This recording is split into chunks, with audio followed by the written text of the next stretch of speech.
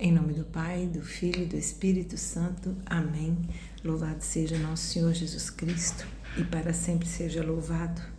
Obrigada, Senhor meu Deus, porque o Senhor nos trouxe mais uma vez para a Tua presença. E tudo só se explica, Senhor, pelo amor imenso que tens por nós. Que seja este um exemplo e uma inspiração para que nós também possamos Te amar nesta mesma medida e amar ao próximo com essa mesma medida como o Senhor nos ama. Obrigada, Senhor meu Deus. Bom dia, minha irmã, meu irmão. Que alegria a gente poder partilhar mais uma vez o amor de Deus por nós. E as leituras que a igreja nos traz hoje, elas vão nos trazer uma reflexão exatamente sobre o amor. A primeira leitura está em Atos, no capítulo 22, versículo 30, e no capítulo 23, versículo do 6 ao 11. O Salmo é o 15, entre parênteses 16, e o Evangelho. Continuamos no Evangelho de João 17, do 20 ao 26. E nessa semana que precede o dia de Pentecostes, falamos de amor e o Espírito Santo fala conosco. Nessa manhã, com essas leituras, com essa aproximação da Palavra de Deus, o Espírito Santo nos fala: tenha coragem de amar o amor. O amor nos ama. O amor me amou. O amor me ama. Desde a criação. É uma inspiração, falar do amor de Deus é uma inspiração, porque o amor, o mundo trata o amor como um sentimento. Eu gosto de você, então eu te amo, e aí se eu não gosto de você, eu não te amo. Mas não é esse o amor que Deus mandou Jesus para nos ensinar. O amor que Jesus veio nos ensinar é o amor mandamento. O amor que diz: você tem que amar. E nós temos que amar porque Ele nos ama. E Ele veio por causa desse amor. Na primeira leitura, no contexto, Paulo já tinha se estabelecido em Jerusalém. Lembra que a gente falou que ele avisou que iria para Jerusalém e passaria por aflições. E ele falava ali para o povo, mas eles se ajuntaram contra Paulo. Por quê? Porque Paulo falava do amor. Paulo falava de Jesus que veio como Filho de Deus e nos ama. Que nos ama, e só que eles não entendiam o que Paulo falava. E o amor de Deus é tão grande que os corações que não se abrem a Ele se revoltam contra Ele. Nossa, clamemos a Deus que nosso coração não esteja duro para o amor de Deus. E Paulo então estava sendo espancado em Jerusalém. Ele já tinha falado isso, né? E aí, então, vieram os soldados e levaram ele para uma prisão. No caminho, ele pede para falar ao povo. Paulo era ousado. Paulo era de uma ousadia que combina muito bem com a conversão, né, dele. É uma ousadia marcante, uma presença. Então, ele indo ser preso, ele ainda queria falar para aquele povo que tinha acabado de se amotinar contra ele e espancá-lo. E aí os soldados deixam que ele fale, né? Então Paulo conta a sua história. Ele conta a sua história, conta de onde ele veio, de tudo que ele fez, né? E então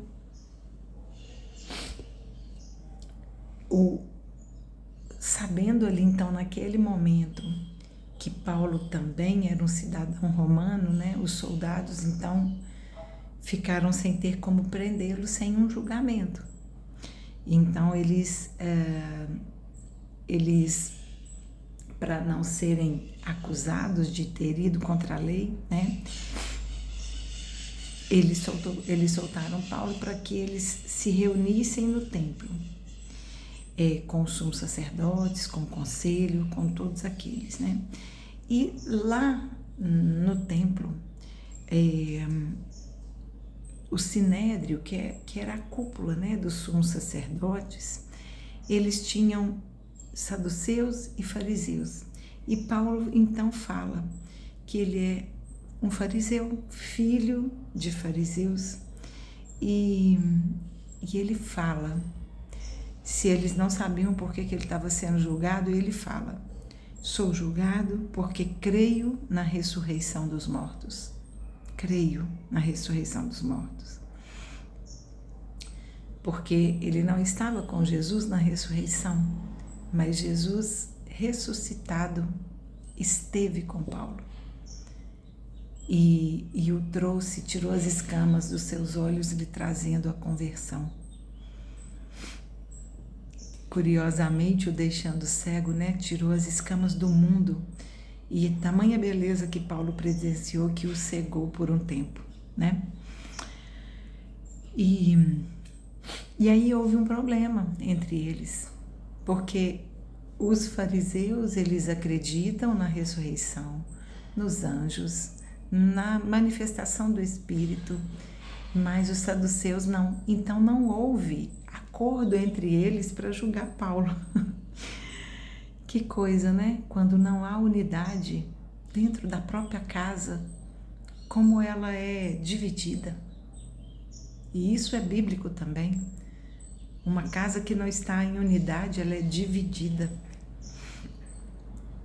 E ali, os escribas, então, que estavam ali, eles se manifestam dizendo que não achamos mal algum neste homem.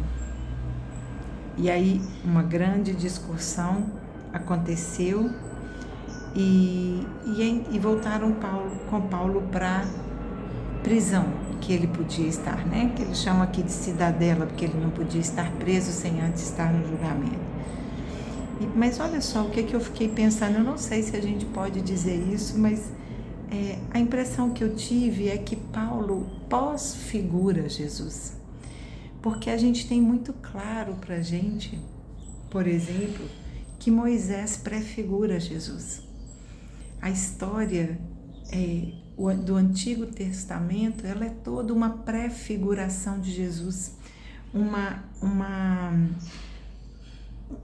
presença do que seria Jesus ali em tempos anteriores. Mas a impressão que Paulo nos dá é que ele pós-figura Jesus, ele traz a figura de Jesus após Jesus, porque ele vive os passos de Jesus na vida dele. Então, ali, olha só, eles não tinham elementos para julgar Paulo, né? E o que é dito para Jesus? O que é dito para o povo? Eu não tenho nada contra este homem. Então, a vida de Paulo nos remete à vida de Jesus, né? Peço a Deus que a nossa vida também remeta à vida de Jesus por onde a gente estiver. E aí, essa divergência, então, fez com que levassem Paulo de novo. E olha só, que lindo.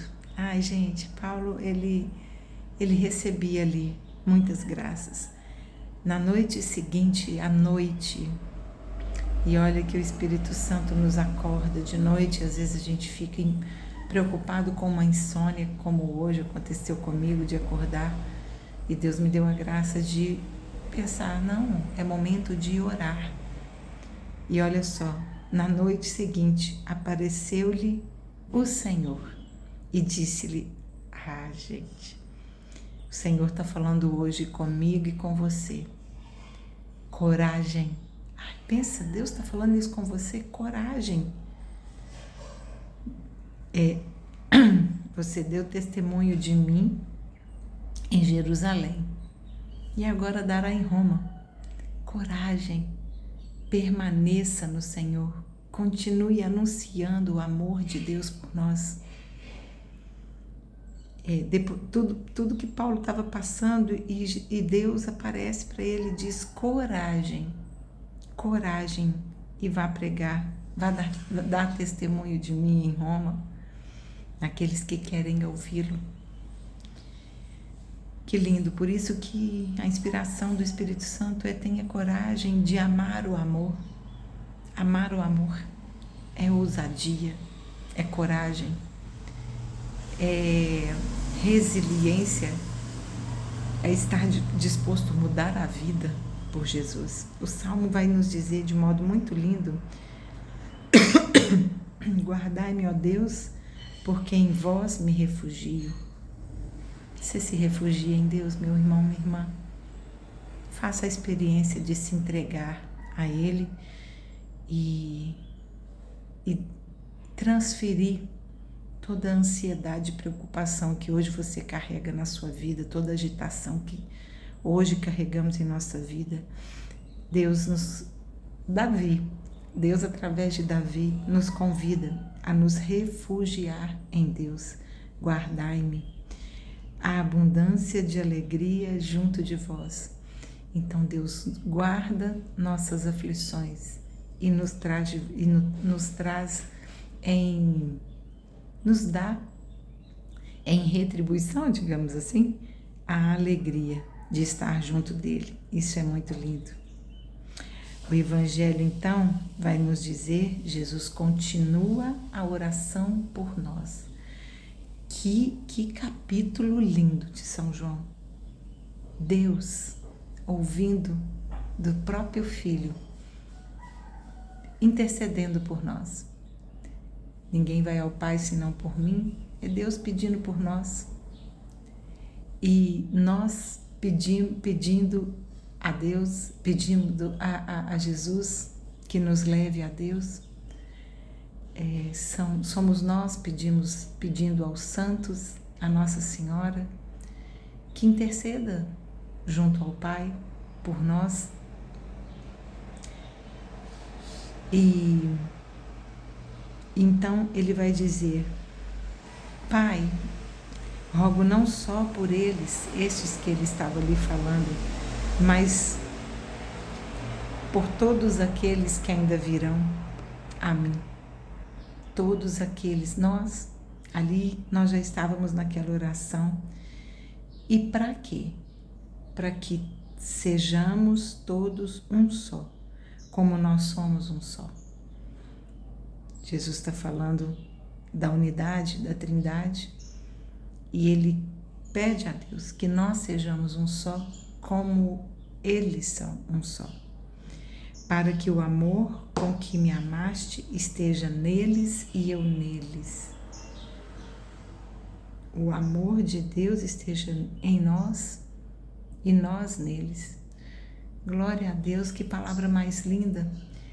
Jesus pede para nós que aprendamos a amar.